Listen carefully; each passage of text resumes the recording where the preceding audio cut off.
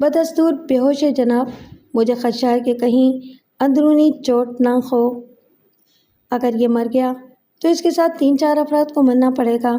آنے والوں میں سے ایک نے غضبناک لہجے میں کہا اور پھر باہر کی طرف رخ کر کے بولا، آؤ اندر آ جاؤ۔ اور ایمبولینس سے چند افراد اسٹریچر لیے نیچے اتر آئے۔ انہوں نے دیو ایکل قیدی کو اسٹریچر پر ڈالا اور باہر نکل گئے۔ احسن، تم ان کے ساتھ جاؤ، میں ذرا انچارج سے بات کر لوں، دوسرے آدمی نے کہا۔ اور چند لمحات کے بعد ایمبولینس واپس چل پڑی۔ اندر موجود شخص خیمے سے نکل آیا اور ان خیموں کی طرف چل پڑا جہاں قیدیوں کے کیمپ کا انچارج موجود تھا۔ ڈاکٹر اس کے پیچھے پیچھے چل رہا تھا۔ چند منٹ کے بعد وہ کیمپ کے انچارج کے خیمے میں پہنچ گئے۔ کیمپ انچارج ایک کٹے ہوئے سر کا خبیث شکل آدمی تھا۔ آنے والے کو دیکھتے ہوئے اپنی جگہ سے کھڑا ہو گیا۔ تشریف رکھیے جناب، مجھے بے حد افسوس ہے۔ بکواس مت کرو، افسوس تمہیں اپنی غفلت پر شرمندہ ہونا چاہیے۔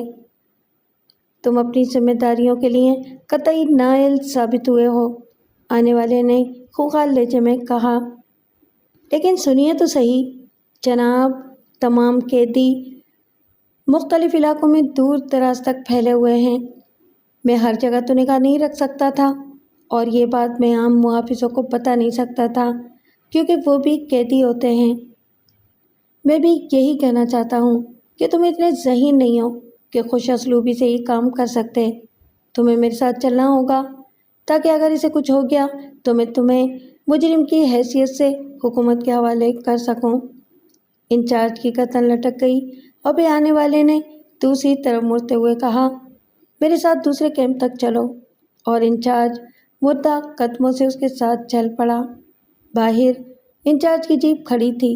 اس نے اسٹیئرنگ سنبھال لیا اور دوسرے آدمی اس کے قریب بیٹھ گیا۔ جیپ دوسرے کیمپ کی طرف دوڑنے لگی تھی۔ پورے 10 گھنٹے اس پر بے ہوشی طاری رہی۔ کیمپ میں 2 ڈاکٹر موجود تھے، لیکن فوری طور پر شہر سے عمدہ ڈاکٹر بلوائے گئے اور 6 ڈاکٹروں کی 10 گھنٹے تک مسلسل کوشش کے بعد اسے ہوش آ سکا۔ ابتدائی چند منٹ تک تو وہ اپنے حواس پر کنٹرول نہ کر سکا، لیکن پھر اس نے خود پر قابو پا لیا۔ اس نے سامنے کھڑے ہوئے تمام لوگوں کو پہچان لیا اور پھر مسکراتے ہوئے بولا، کیا میں زیادہ زخمی ہو گیا ہوں؟ میرا مطلب ہے کہ کچھ ٹوٹ پھوٹ تو نہیں ہوئی؟ نہیں مسٹر اشرف کمال، لیکن ہمیں شدید افسوس ہے کہ کچھ لوگوں کی غفلت کی وجہ سے آپ کو اس قدر تکلیف ہوئی۔ اس دوسرے کیمپ کے انچارج اور ایک اور محکمے کے سربراہ نے افسوس زدہ لہجے میں کہا اور پھر جلدی سے بولا، تاہم ہم نے کیمپ کے انچارج کو گرفتار کر لیا ہے، اسے سخت سزا دی جائے گی۔ سزا؟ کس بات کی؟ کمال نے حیرت سے کہا۔ یہی کہ اس نے محافظوں کو آپ کے بارے میں ہدایات نہیں دی تھیں اور انہوں نے بے دردی سے آپ کو مارا۔ اوہ، یہی چیز تو میرے حق میں بہترین رہی ہے۔ اگر وہ مجھ سے تکلف کرتے تو وہ چالاک آدمی ہوشیار ہو جاتا۔ میں سمجھتا ہوں انچارج کا یہ اقدام قابل تحسین ہے اور میں ان محافظوں کا بھی شکر گزار ہوں کہ انہوں نے میری بہترین مرمت کی، اس نے کہا، اور دوسرے لوگ حیرت سے اس کی شکل دیکھنے لگے۔ کیا آپ نے انچارج اور دوسرے لوگوں کو میری حقیقت بتا دی ہے؟ حقیقت تو نہیں بتائی، لیکن انچارج سے پہلے ہی کہہ دیا گیا تھا کہ اس قیدی کا خیال رکھا جائے۔ اسے کسی قسم کی تکلیف ہوئی تو اس سے سرکاری طور پر باس پرس کی جا سکتی ہے۔ یہ بہت برا ہوا۔ کیا ان محافظوں کو بھی گرفتار کر لیا گیا ہے؟ میرا مطلب ہے انہیں بھی؟ نہیں، ابھی انہیں کچھ نہیں معلوم۔ تب براہ کرم انہیں کسی قسم کی بات نہ بتائی جائے، بلکہ ان سے کہہ دیا جائے کہ میرے اوپر زیادہ سختی کریں۔ البتہ اس دوسرے کام میں میری مدد ضروری ہے۔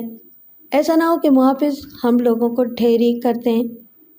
آپ اطمینان رکھیں مسٹر کمال، اس معاملے کو ہم خود اپنے ہاتھوں سے انجام دیں گے۔ کیا آپ ہمیں پروگرام کی اطلاع دیں گے؟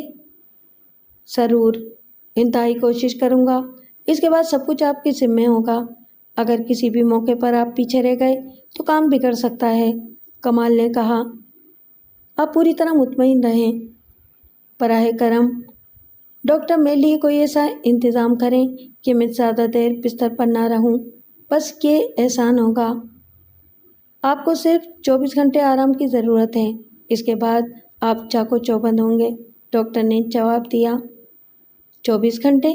اس نے زیر لب کہا، پھر ایک گہری سانس لے کر بولا، بہرحال 24 گھنٹے کی مجبوری ہے، اور ڈاکٹر مسکرانے لگا۔ ویسے دل ہی دل میں وہ اس دیو ہیکل اور اسمارٹ جاسوس کو داد و تحسین دیے بغیر نہیں رہا تھا۔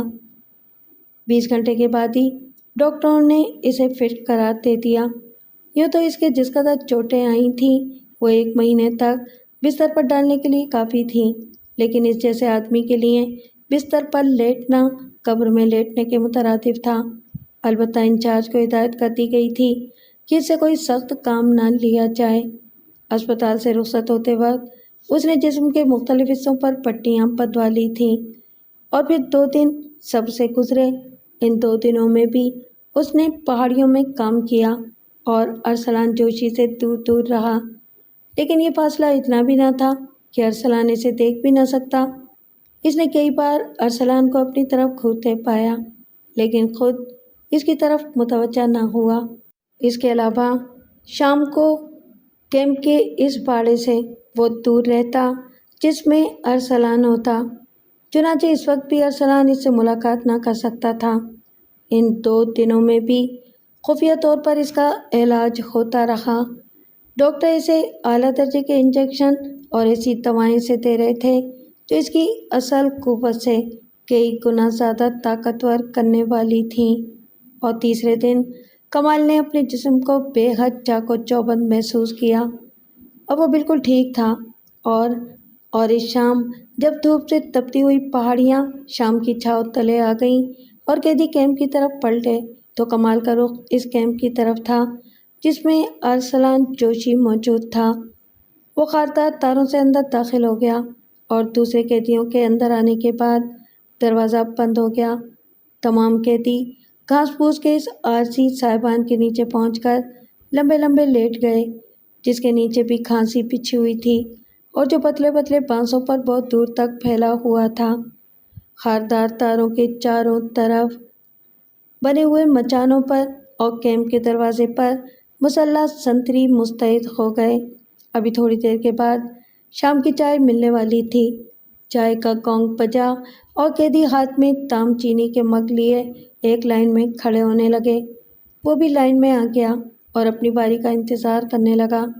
ابھی تک اس نے نہ تو ارسلان کو تلاش کرنے کی کوشش کی تھی اور نہ ہی وہ اتفاقی طور پر اسے نظر آیا تھا، لیکن جب وہ اپنے مگ میں چائے لے کر واپس پلٹا تو اچانک کوئی اس کے قریب پہنچ گیا۔ اس نے اجنبی نظروں سے آنے والے کو دیکھا۔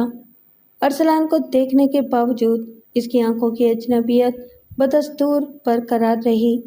ارسلان گہری نظروں سے اسے دیکھ رہا تھا۔ پھر وہ خفیف سی مسکراہٹ سے بولا، کیا تم میرے ساتھ بیٹھ کر چائے پینا پسند کرو گے؟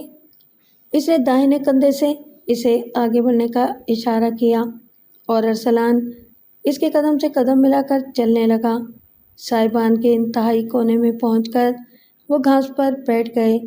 کمال نے گرم چائے کا مگ گھاس پر رکھ دیا اور پرخیال نظروں سے سامنے دیکھنے لگا۔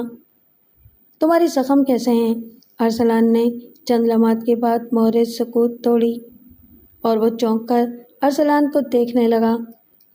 کیا تم میرا مذاق اڑانا چاہتے ہو؟ اس نے تیوریاں بدل کر پوچھا، اور ارسلان کے ہونٹوں پر ایک حسنیہ مسکراہٹ پھیل گئی۔ محسن کے احسان کا بدلہ اگر مذاق اڑا کر چکایا جاتا تو شاید دنیا میں کوئی کسی پر احسان نہ کرتا، ارسلان نے آہستہ سے کہا۔ میرے جسم پر کوئی زخم نہیں ہے، بس ڈاکٹر حضرات مجھ پر مہربان ہو گئے ہیں، نہ جانے وہ کیوں میرا علاج کرنا چاہتے ہیں، ورنہ میں ٹھیک ہوں۔ لیکن تم کون سے احسان کی بات کر رہے ہو؟ اس نے بھویں چڑھا کر پوچھا۔ میرا نام ارسلان جوشی ہے، اس نے اپنا تعارف کرایا۔ یہ میرے سوال کا جواب تو نہیں ہے، اور میں وہی ہوں جس پر ایک خونخوار محافظ کا ظلم تم برداشت نہیں کر سکے تھے۔ تم نے اس محافظ کی مرمت کر کے اس کے سر کے بال اکھاڑ دیے تھے، اور میں دعوے سے کہتا ہوں کہ اگر دوسرے محافظ تمہارے اوپر ٹوٹ نہ پڑتے تو شاید ظالم محافظ زندگی بھر اپنے قدم سے کھڑا نہ ہو سکتا۔ اس نے چائے کا مگ اٹھایا اور جلدی جلدی اس کے 2-3 گھونٹ بھر کر بولا، سچ کہنا، کیا اس کے بعد تم نے اس محافظ کی شکل دیکھی ہے؟ بال اکھڑنے کے بعد وہ کیسا لگتا ہے؟ اس نے آخری الفاظ ایک شریر مسکراہٹ کے بعد ادا کیے۔ میں اسے دیکھ نہیں سکا، لیکن ہم دونوں مل کر اسے تلاش کریں گے اور اس کی ٹنڈ دیکھیں گے۔ ضرور ضرور، وہ بدستور چہکتے ہوئے لہجے میں بولا، اور پھر چونک کر ارسلان کو دیکھتے ہوئے بولا، تو وہ تم تھے جس پر محافظ کوڑے برسا رہا تھا؟ مگر بات کیا ہوئی تھی؟ کچھ نہیں، میں ذرا سستانے لگا تھا۔ تم نے میرے اوپر احسان کیا، لیکن یقین کرو اس محافظ کا کوڑا ٹوٹ جاتا، مارتے مارتے اس کے بازو چھل ہو جاتے، تب بھی وہ میرا کچھ نہیں بگاڑ سکتا تھا۔ اوہ، کیوں؟ کمال نے حیرت سے پوچھا۔ میں نے 20 سال تک اذیتیں برداشت کرنے کی مشق کی ہے، پورے 20 سال تک۔ میرے جسم کے مسامات کھولتے ہوئے پانی کے مسلسل پڑنے سے چوڑے ہو گئے ہیں، اور اب میرے جسم پر معمولی سرد و گرم کا کوئی اثر نہیں ہوتا۔ تم میری حالت دیکھ رہے ہو، اب بھی میرے جسم پر بے شمار زخم ہیں۔ میرے داہنے کان کو دیکھ رہے ہو، اس کا زخم شاید پک گیا ہے، ڈاکٹر نے بھی کہا تھا، لیکن میں نے اپنے پورے جسم میں درد کی ایک ٹیس بھی نہیں محسوس کی۔ کمال حیرت سے اس کی شکل دیکھ رہا تھا۔ اس کے خاموش ہونے کے بعد وہ متحیرانہ لہجے میں بولا، لیکن کیوں؟ آخر کیوں؟ میں ایک مشن رکھتا ہوں میرے دوست، میرا ایک مشن ہے، اور اس کی تکمیل تک کے لیے میں نے ہر درد کو بھلا دیا ہے۔ میرا مشن پورا ہو جائے، اس کے بعد شاید میں ان اذیتوں کا تصور کر کے ہی مر جاؤں جو مجھے دی گئی ہیں۔ تمہارا مشن کیا ہے دوست؟ کمال نے نرمی سے پوچھا، اور وہ چونک کر کمال کی شکل دیکھتا رہا۔ چند لمحات تک اس کی آنکھوں میں عجیب سی پرچھائیاں لہراتی رہیں، اور پھر اس نے اپنا چائے کا مگ اٹھا کر ہونٹوں سے لگا لیا۔ وہ خاموشی سے چائے پیتا رہا، اور اس کے بعد کمال نے بھی اسے کوئی سوال نہ کیا۔ چائے ختم کرنے کے بعد اس نے مگ سرانے رکھا اور پھر گھاس پر دراز ہو گیا۔ کمال نے اپنا مگ اٹھایا اور خاموشی سے وہاں سے اٹھ گیا۔ اس کا خیال تھا کہ ارسلان اسے روکے گا، لیکن پراسرار انسان خاموش لیٹا رہا۔ اس سے دوستی کے لیے کمال نے یہ سب کچھ کیا تھا۔ وہ اس کا اعتماد حاصل کرنا چاہتا تھا، لیکن اس کی یہ عجیب و غریب فطرت دیکھ کر اسے قدرے مایوسی ہوئی۔ لیکن اس کے خیال میں یہ معمولی سی بات تھی۔ وہ اسے اہمیت دے کر اور جلد بازی کر کے کام خراب نہیں کرنا چاہتا تھا۔ چنانچہ وہ خاموشی سے چلا آیا اور صاحبان کے ایک دوسرے کونے میں جا کر لیٹ گیا۔ وقت گزرتا رہا، رات کا کھانا ملا، اور اس کے بعد وہ لوگ سونے کے لیے لیٹ گئے۔ کافی رات گئے تک کمال کو نیند نہ آئی۔ دوسرے دن صبح پروگرام کے مطابق اس کی ڈیوٹی ارسلان سے زیادہ دور نہ تھی۔ کیمپ کے انچارج نے اسے ارسلان ہی کے سامنے اس کی ڈیوٹی کی جگہ بتائی تھی۔ ارسلان نے اس دوران کمال کی طرف رخ بھی نہ کیا، اور کمال بھی اس کی طرف متوجہ نہ ہوا، لیکن کمال کو اپنے قریب کام کرتے دیکھ کر ارسلان کے ہونٹوں پر مسکراہٹ پھیل گئی۔ میرا خیال ہے کہ آج کوئی محافظ اس طرف کا رخ نہیں کرے گا، اس نے مسکراتے ہوئے زور سے کہا، اور کمال کا پھاوڑا رک گیا۔ میں اجنبیوں سے بے تکلفی کا قائل نہیں ہوں، اپنے کام سے کام رکھو، اس نے خشک لہجے میں کہا، اور ارسلان کی آنکھوں میں عجیب سے تاثرات ابھر آئے۔ پھر وہ ہونٹ سکیڑ کر بولا، میں خود تمہیں اس قابل نہیں سمجھتا۔ کمال کا چلتا ہوا پھاوڑا ایک دم رک گیا، اور پھر اچانک اس میں بھرے ہوئے پتھر اور مٹی جو اس نے اٹھائے تھے اڑتے ہوئے ارسلان کے منہ پر آ پڑے۔ ارسلان نے پھرتی سے رخ بدل لیا تھا، ورنہ شاید اس کی آنکھیں پھوٹ جاتیں۔ پھر جب ارسلان پلٹا تو اس نے کمال کو پھاوڑا تولے ہوئے تیار پایا۔ میں اپنے الفاظ پر شرمندہ ہوں میرے محسن، ارسلان نے آہستہ سے کہا، اور اپنے کام میں مصروف ہو گیا۔ کمال خاموشی سے اسے دیکھتا رہا اور پھر وہ بھی اپنے کام میں مصروف ہو گیا۔ پھر انہوں نے دن بھر گفتگو نہ کی۔ شام کو حسب معمول وہ چائے لینے کھڑے ہو گئے، لیکن اس وقت بھی نہ کمال نے اس سے کوئی بات کی اور نہ اس نے، لیکن اس کے چہرے سے کشیدگی کا اظہار بھی نہیں ہو رہا تھا۔ رات کو جب کمال سونے کے لیے لیٹا تو اس کے قریب پہنچ گیا۔ میں بھی یہاں لیٹ سکتا ہوں؟ اس نے نرم لہجے میں پوچھا۔ یہ جگہ میری جائیداد نہیں ہے، لیکن میں تمہارا احترام کرتا ہوں، اس لیے اجازت لینا ضروری ہے، اس نے بیٹھتے ہوئے کہا۔ کمال سپاٹ سی نظروں سے اسے دیکھ رہا تھا۔ چند منٹ خاموشی رہی، پھر وہ بولا، ہم سب قیدی ہیں دوسروں کے بس میں، ہماری زندگی ہماری اپنی نہیں ہے، اس لیے ہمارے افعال بھی احساس کمتری کا نتیجہ ہیں۔ لیکن میں احساس کمتری کا شکار نہیں ہوں۔ میں نے جیل کے حکام کو صاف بتا دیا تھا کہ جب بھی مجھے موقع ملا فرار ہونے کی کوشش کروں گا۔ خوب، ارسلان مسکرایا۔ تم کس جرم کی پاداش میں سزا بھگت رہے ہو دوست؟ میں نے 11 افراد کو قتل کیا ہے، پورے 11 افراد کو، اور وہ سب کے سب میرے خاندان کے دشمن تھے۔ پوری بستی میں میرا خاندان سرخرو ہو گیا ہے، اور اب میری بلکہ آباء و اجداد کی نسل کا بچہ بچہ سر اٹھا کر چلے گا۔ لوگ ان کی طرف اشارہ کر کے کہیں گے کہ ان سے دشمنی نہ مول لینا، ورنہ خاندان کا ایک بھی فرد زندہ نہ بچے گا۔ ممکن ہے میرے کسی بھائی کو بستی کا سردار بھی چن لیا جائے، کمال نے فخریہ لہجے میں کہا۔ ارسلان کی آنکھوں میں دلچسپی کے آثار تھے۔ اس نے بڑی عاجزی سے کہا، اگر برا نہ محسوس کرو اور مجھے اس قابل سمجھو تو مجھے اپنی کہانی سناؤ۔ کوئی کہانی نہیں ہے دوست، ایک چھوٹی سی بستی کا رہنے والا ہوں، باپ دادا کھیتی باڑی کرتے ہیں، میں شہر میں پڑھنے گیا تھا، جبکہ میرے 6 بھائی باپ کے ساتھ کام کرتے تھے۔ ہماری بستی کے قریب ہی ایک اور چھوٹی سی بستی تھی، جس کے سردار نے میرے باپ کے بھائی کو کتے کی طرح ہلاک کر دیا تھا۔ میرا باپ بہت سلجھو انسان تھا، اس نے حالت پر قناعت کر لی اور میرے بھائیوں کو بھی اس بارے میں ہوا نہ لگنے دی۔ پھر ایک دن جب میں چھٹیوں میں گھر واپس آیا تو میری ملاقات ایک بوڑھے آدمی رمضان خان سے ہوئی۔ اس نے باتوں ہی باتوں میں مجھ سے میرے خاندان کے بارے میں گفتگو کی اور میرے چچا کی موت کا انکشاف کیا۔ ہماری بستی میں انتقام نہ لینا سب سے گھٹیا کام سمجھا جاتا ہے اور ایسے شخص کو عزت کی نگاہ سے نہیں دیکھا جاتا۔ چنانچہ میرے جسم میں سیماب بھر گیا۔ میں نے اپنے باپ سے اس بارے میں پوچھا اور وہ لرز گیا۔ بہرحال اس نے بتایا کہ وہ بھائی کی موت کے غم کو برداشت کر گیا کیونکہ وہ مزید کشت و خون نہیں چاہتا تھا۔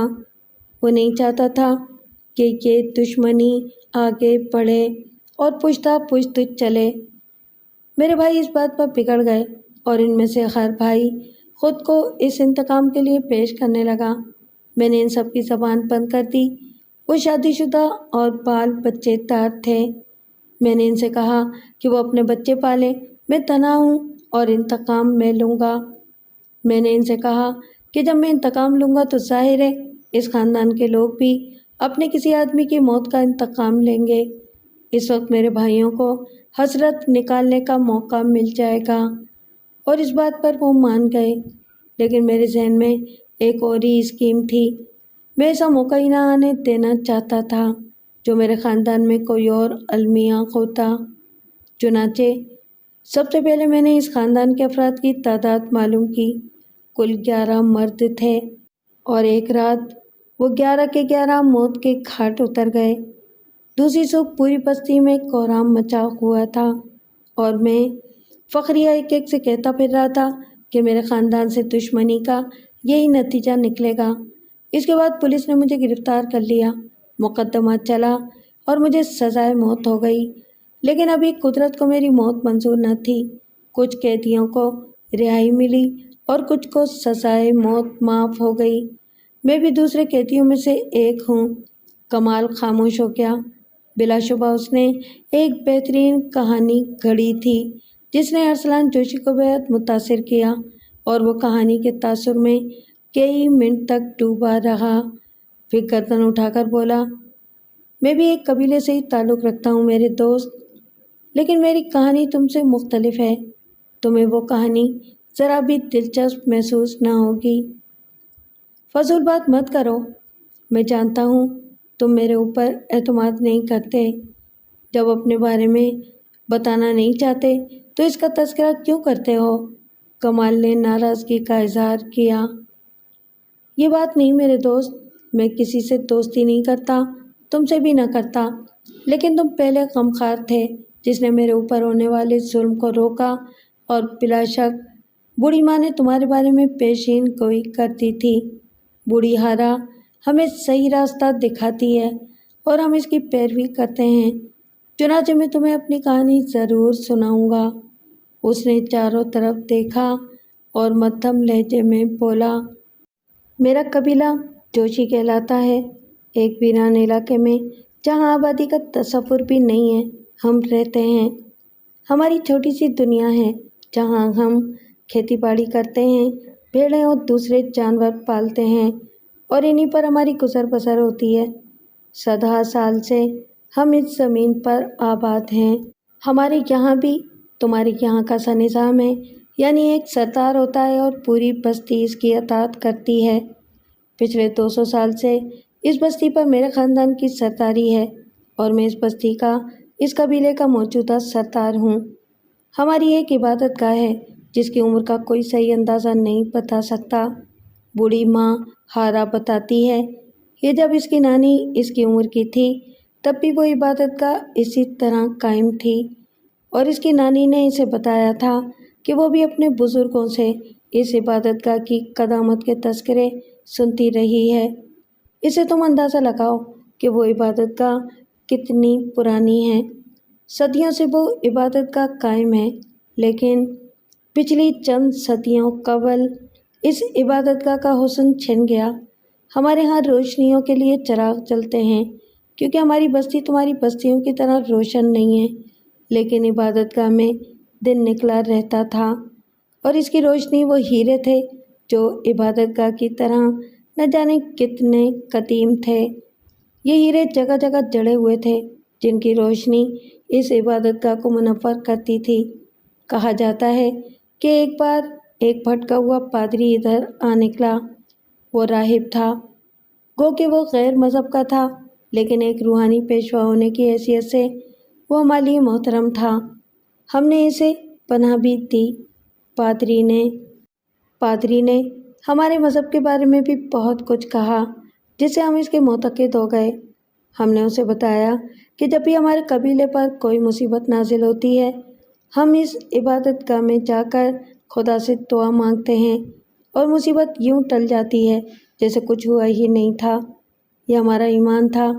پادری نے وہ عبادت گاہ دیکھنے کی خواہش ظاہر کی اور ہم نے اسے اجازت دے دی، اور عبادت گاہ میں موجود قیمتی ہیرے دیکھ کر پادری کی روحانیت چھن گئی اور ہوس دنیا ابھر آئی۔ ایک دن اس نے منافقت سے ہمارے مذہب کے قبول کرنے کا اعلان کر دیا اور ہم نے اسے بڑی عزت دی۔ ہم نے اس کی بڑی تکریم کی اور اس کی خواہش پر اسے عبادت گاہی کے ایک حصے میں رہنے کی اجازت دے دی۔ پادری خاموشی سے وہاں رہتا رہا۔ اس نے بستی والوں کا پورا اعتماد حاصل کر لیا تھا، لیکن ایک صبح ہماری عبادت گاہ ویران پڑی تھی۔ پادری غائب تھا، وہ ہماری عبادت گاہ کی روشنی چرا لے گیا تھا۔ اس نے سب ہیرے نکال لیے تھے۔ اس طرح عبادت گاہ تاریک ہو گئی اور ہمارے اوپر مصیبتیں نازل ہونے لگیں کیونکہ ہم اپنی عبادت گاہ کی حفاظت نہ کر سکے تھے۔ ہم نے اس میں ایک منافق کو جگہ دے دی تھی۔ بہرحال ہمارے آبا و اجداد ان ہیروں، اس خزانے کو تلاش کرتے رہے اور زندگی گزرتی رہی۔ پادری نہ جانے کہاں مر کھپ گیا، وہ ان ہیروں سے کوئی فائدہ نہ حاصل کر سکا تھا۔ پھر میں پیدا ہوا، جوان ہوا اور سرداری کا بوجھ میرے کندھوں پر آن پڑا۔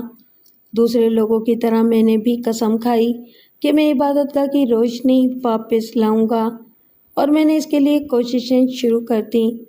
اور ایک رات جب آسمان قہر نازل کر رہا تھا، بڑے زور کا طوفان آیا ہوا تھا، پوری بستی طوفان کے ٹل جانے کی دعا مانگ رہی تھی کہ بوڑھی ماں خارا، جو میرے قبیلے کی سب سے معمر اور سب سے مقدس عورت تھی، صرف عبادت گاہ میں پڑی رہتی تھی، بے شمار روحانی قوتوں کی مالک تھی۔ اس کی ہوئی ایک ایک پیشین گوئی حرف بحرف درست ثابت ہوتی ہے۔ وہ میرے پاس آئی، میں نے بوڑھی ماں کا خیر مقدم کیا، اس کے ہونٹوں پر مسکراہٹ تھی اور آنکھوں میں چمک، اور پھر اس نے خوشخبری سنائی۔ اس نے کہا، یامان کے بیٹے ارسلان، خوش ہو جا کہ عبادت گاہ کی روشنی واپس لانے والا تو ہی ہے۔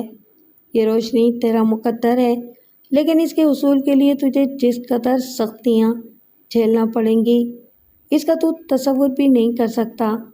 کیا تو ان سختیوں کے لیے خود کو آمادہ کر سکتا ہے؟ میں نے اپنی زندگی بھی قربان کر دی ہے اور قربان کر سکتا ہوں۔ بوڑھی ماں، خدا کے لیے میری مدد کریں، مجھے بتائیں کہ وہ ہیرے مجھے کہاں ملیں گے۔ اور بوڑھی ماں نے مجھے ہیروں کی کہانی سنائی۔ انہوں نے مجھے اپنے روحانی عمل سے بتایا کہ پادری ہیرے لے کر جنگل میں چلا جا رہا تھا۔ وہ راستہ بھٹک گیا تھا کیونکہ منافق تھا۔ بھوک اور پیاس کی شدت نے اسے نڈھال کر دیا اور وہ ایک جگہ گر پڑا، پھر اس نے وہیں دم توڑ دیا۔ 40 سال کے بعد ایک بادشاہ جو شکار کی غرض سے آیا تھا ادھر سے گزرا۔ اسے ایک انسانی ڈھانچے کے علاوہ ہیروں کا ایک بڑا تھیلا ملا جس میں دنیا کے بیش قیمت ہیرے تھے۔ بادشاہ ان ہیروں کو لے گیا اور پھر وہ ہیرے اس کے خاندان کی پشت در پشت ملکیت رہے۔ آخر اس خاندان کو زوال ہوا اور محل وغیرہ سب تباہ ہو گئے۔ ہیرے اسی محل میں دفن ہو گئے اور ابھی تک وہاں دفن ہیں۔ بوڑھی ماں نے بتایا کہ مجھے وہ ہیرے حاصل کرنے کے لیے جدید دنیا کے علوم سیکھنا ہوں گے، مجھے یہاں کے آداب معلوم کرنے ہوں گے اور اس کے ساتھ ساتھ مجھے اذیتیں برداشت کرنے کی صلاحیت پیدا کرنی ہوگی۔ چنانچہ میرے دوست بوڑھی ماں خارا میری معلم تھی۔ وہ میری تربیت کرتی رہی، اسی نے میری روح سے رابطہ قائم کیا اور مجھے جدید دنیا دکھا دی۔ اس نے مجھے تمہاری دنیا سے پوری طرح سے واقفیت کرا دی اور پھر میری تربیت کا دوسرا دور شروع ہوا۔ اس دور کی مدت 20 سال کی تھی۔ ان 20 سالوں میں میرے اوپر ایسے ایسے مظالم کیے گئے جن سے بستی کانپ اٹھی، لیکن میں نے خندہ پیشانی سے خود کو ان مظالم کا عادی بنایا اور آخر بوڑھی ماں نے میری تربیت مکمل قرار دے دی۔ پھر 1 ماہ تک وہ میرا کام بتاتی رہی اور اس نے تمہارے بارے میں بھی بتایا۔ اس نے کہا، ایک سنہرے بالوں اور سیاہ آنکھوں والا نوجوان تمہارا مددگار ہوگا، لیکن وہ کس طرح میری مدد کرے گا اس کے بارے میں مجھے بھی نہیں معلوم۔ اور میرے دوست، میں اپنی بستی سے تمہاری دنیا میں آ گیا۔ میں نے آثار قدیمہ میں ملازمت کی کیونکہ میں تمہارے ہاں اس انداز میں کام کرنا چاہتا تھا۔ بوڑھی ماں کی ہدایات میری رہنمائی کر رہی تھیں۔ میں نے اپنے بارے میں جسے جو کچھ بتایا اس نے تسلیم کر لیا، یہاں تک کہ ایک طویل انتظار کے بعد میں اس جگہ پر پہنچ گیا جہاں خزانہ موجود تھا۔ یقین کرو میرے دوست، میں نے اس خزانے کی نشاندہی کی تھی، ورنہ وہ اسے نہ پا سکتے۔ میں نے ان سے کہا کہ یہ خزانہ میرا ہے، میرے بیوی بچوں کو اس کی ضرورت ہے۔ میں نے اپنی پوری زندگی اس خزانے کے لیے تباہ کی ہے۔ ہارا کی اجازت سے میں یہ تو کر سکتا ہوں کہ اگر اس خزانے کو بغیر کسی حجت کے مجھے دے دیا جائے تو میں اس کا ایک مخصوص حصہ کسی کو دے دوں، لیکن اس سے زیادہ کے لیے میں مجبور ہوں۔ لیکن کوئی نہ مانا۔ مجبوراً کچھ لوگوں کو مجھے قتل کرنا پڑا اور میں خزانہ لے کر نکل گیا۔ لیکن اس دنیا کے آدمی مجھے تلاش کرتے رہے، وہ میرے گرد گھیرا ڈالتے رہے اور آخر مجبور ہو کر مجھے خزانے کو ایک جگہ پوشیدہ کرنا پڑا۔ خزانہ پوشیدہ کرنے کے بعد میں آزاد تھا۔ میں نے بڑی محنت اور جاں فشانی سے وہ خزانہ پوشیدہ کیا ہے اور مجھے یقین ہے کہ اگر قیامت تک بھی وہ اسے تلاش کرتے رہے تو نہ پا سکیں گے۔ بہرحال انہوں نے مجھے گرفتار کر لیا، لیکن خزانہ نہ پا سکے اور کبھی نہ پا سکیں گے۔ سنو دوست، اس نے کہا تھا کہ مجھے اذیتیں دی جائیں گی اور میں خود کو اس کے لیے تیار کر لوں۔ میں نے خود کو تیار کر لیا، لیکن اس نے یہ بھی کہا تھا کہ میں خزانہ ضرور واپس لے کر آؤں گا، اور میرا ایمان ہے کہ میں خزانہ ضرور واپس لے جاؤں گا۔ اس میں کتنا وقت لگے گا اس کا تعین میں نہ کر سکوں گا۔ اور اب یہ بھی سن لو کہ میں تم سے مدد کا طالب ہوں۔ اگر تم نے میری مدد کی تو خزانے کا وہ مخصوص حصہ جس کی مجھے اجازت ہے تمہیں دیا جا سکتا ہے۔ ارسلان جوشی خاموش ہو گیا اور کمال کے ذہن میں آندیاں سی چلنے لگیں۔ کیسی عجیب کہانی تھی، انتہائی پر اسرار۔ اس نے کنکھیوں سے ارسلان کی طرف دیکھا۔ کمال نے اسے ایک من گھڑت کہانی سنائی تھی، تو کیا یہ شخص اس سے بھی اونچا کہانی کار ہے؟ کیا اس کی یہ پر اسرار کہانی بھی اس کے ذہن کی اختراع ہے، یا پھر اس کہانی میں حقیقت ہے؟ کمال کئی منٹ تک اس کہانی میں کھویا رہا۔ اگر یہ صرف ذہنی اختراع ہے تو پھر یہ پر اسرار شخص کیا ہے؟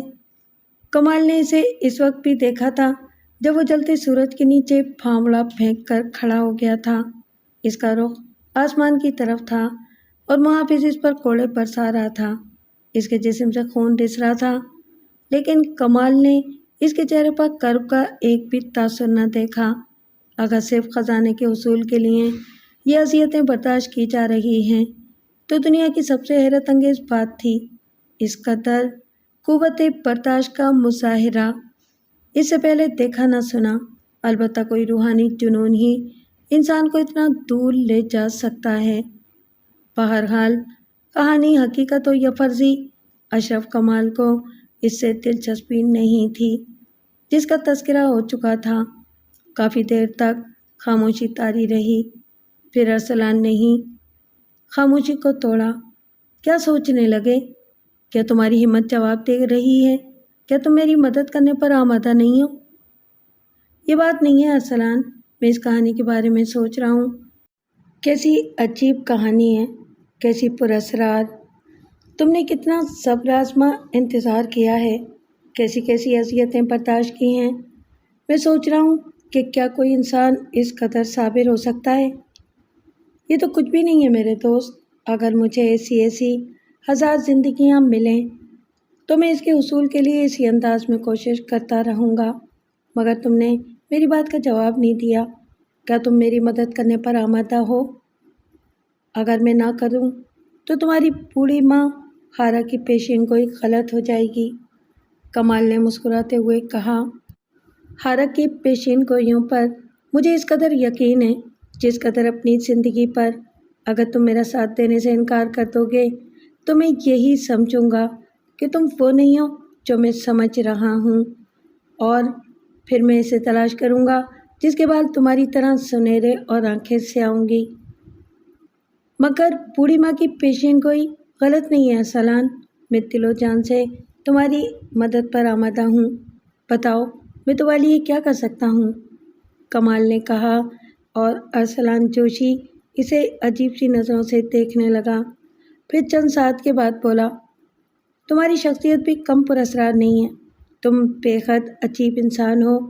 ممکن ہے میں اس سلسلے میں تم پر کچھ شک کرنے لگوں، لیکن میں اس شک کو نظر انداز کر دوں گا، کیونکہ یہی ماں ہارا کی ہدایت ہے۔ میں تم سے جو مدد لینا چاہتا ہوں وہ صرف یہ ہے کہ یہاں سے فرار ہونے میں میرا ساتھ دو۔ میں تیار ہوں، کمال نے مستعدی سے کہا۔ یہاں سے فرار ہونے کے لیے میں کوئی بھی اندھا قدم اٹھا سکتا ہوں، کتنے ہی زخم کھا سکتا ہوں، لیکن میں چاہتا ہوں کہ اپنا مشن انجام دینے کے لیے زندہ بھی رہوں۔ اس زندگی کے حصول کے لیے مجھے تمہاری عقل کی ضرورت ہے۔ یہاں سے فرار کا منصوبہ تم بناؤ گے۔ کمال کسی سوچ میں گم ہو گیا۔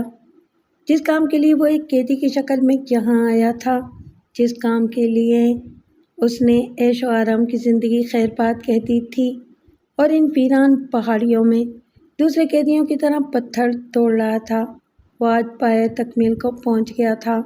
اب اسے آئندہ کے اہم اور آخری اقدامات کرنے تھے، اور اس سلسلے میں اسے اپنے ان ساتھیوں سے گفتگو کرنی تھی جو اس کے ساتھ یہاں تک آئے تھے اور اب مختلف حیثیتوں سے انجینئروں کے کیمپ میں مقیم اس کے اقامات کا انتظار کر رہے تھے۔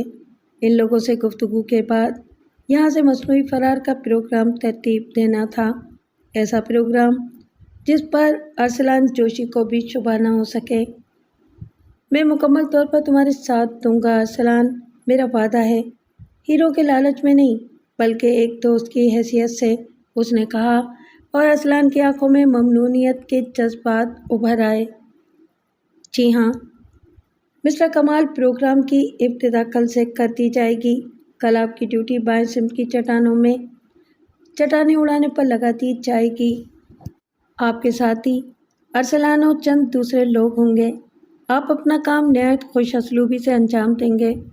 دوسرے دن بھی آپ کے ساتھ کچھ آدمی ہوں گے اور ڈائنامائٹ کا خاصا ذخیرہ ہوگا، اور تیسرے دن جنوبی پہاڑیوں کے عقب میں صرف آپ دونوں ہوں گے۔ آپ ڈائنامائٹ کے کئی ڈھیر مختلف جگہوں پر لگائیں گے اور پھر خاموشی سے نیچے اتر جائیں گے جہاں ایک خیمہ لگا ہوگا۔ اس کے قریب ہی جیپ کھڑی ہوگی۔ جیپ میں کافی فالتو پیٹرول ہوگا اور کھانے کا سامان بھی اسی انداز میں لدا ہوگا جیسے کہیں باہر سے لایا گیا ہے۔ آپ کی ضرورت کی تمام چیزیں اس میں ہوں گی۔ آپ اطمینان سے جیپ لے اڑیں، ہم اپنا کام مستعدی سے جاری رکھیں گے۔ ونڈرفل، ونڈرفل مسٹر حسین عابد، آپ نے ایک بہترین پروگرام ترتیب دیا ہے۔ ویسے وہ ہماری توقعات سے کہیں زیادہ چالاک ہے۔ ہمیں قدم قدم پر خیال رکھنا چاہیے۔ ہوگا، اشرف کمال نے ننھے سے ٹرانسمیٹر پر کہا۔ ہماری طرف سے مطمئن رہیے جناب، باقی معاملات آپ خود سنبھالتے رہیے۔ ابتدا میں تو آپ کو تلاش کیا جائے گا، ایسے موقعوں پر آپ ذرا خیال رکھیے اس کی طرف سے کوئی خطرناک کارروائی نہ ہونے پائے۔ ٹھیک ہے، مطمئن رہو، کمال نے کہا۔ اور کچھ جناب؟ نہیں، بس ٹھیک ہے، خدا حافظ، کمال نے کہا اور ٹرانسمیٹر بند کر دیا۔ اس کے ساتھ آنے والے خفیہ محکمے کے بہترین دماغ تھے جو اعلیٰ درجے کے منصوبے تیار کر سکتے تھے، اور حسین عابد کا یہ منصوبہ بے نظیر تھا۔ اس طرح ہر چیز کا جواز بھی پیدا ہو رہا تھا اور یقیناً ارسلان کو شبہ بھی نہیں ہو سکتا تھا۔ اشرف کمال اس منصوبے سے پوری طرح مطمئن تھا۔ دوسرے دن صبح جب کیمپ انچارج نے قیدیوں کی ڈیوٹیاں لگائیں تو ارسلان خوش ہو گیا اور وہاں سے آگے بڑھ کر کمال کے پاس پہنچ گیا۔ یہ عمدہ بات ہے کہ ہم دونوں کے ستارے قریب قریب ہوتے جا رہے ہیں۔ کیا مطلب؟ کمال نے پوچھا۔ ہماری ڈیوٹیاں بھی ساتھ ساتھ ہیں۔ آج یہ نیا کام ہمارے سپرد کیا گیا ہے، کمال آہستہ سے بولا۔ کیا بہت مشکل کام ہے؟ نہیں، پہلے سے تو بہت آسان۔ فکر مت کرو، کمال نے مسکراتے ہوئے کہا اور وہ بھی مسکرانے لگا۔ میں نے آج تک کسی بات کی فکر نہیں کی ہے دوست، مجھے تو افسوس ہے کہ ان لوگوں نے ابھی تک میرے شایان نشان کوئی کام نہیں دیا۔ ہونا تو یہ چاہیے تھا کہ یہ میری پشت پر دھوپ سے تپتی ہوئی بڑی بڑی چٹانیں لادتے اور مجھے ایک پہاڑی سے دوسری پہاڑی پر جانے کا حکم دیا جاتا، ارسلان نے بھی مسکراتے ہوئے کہا، اور کمال حیرت سے اس عجیب الخلقت آدمی کو دیکھتا رہا جو کتنا بڑا اذیت پسند تھا۔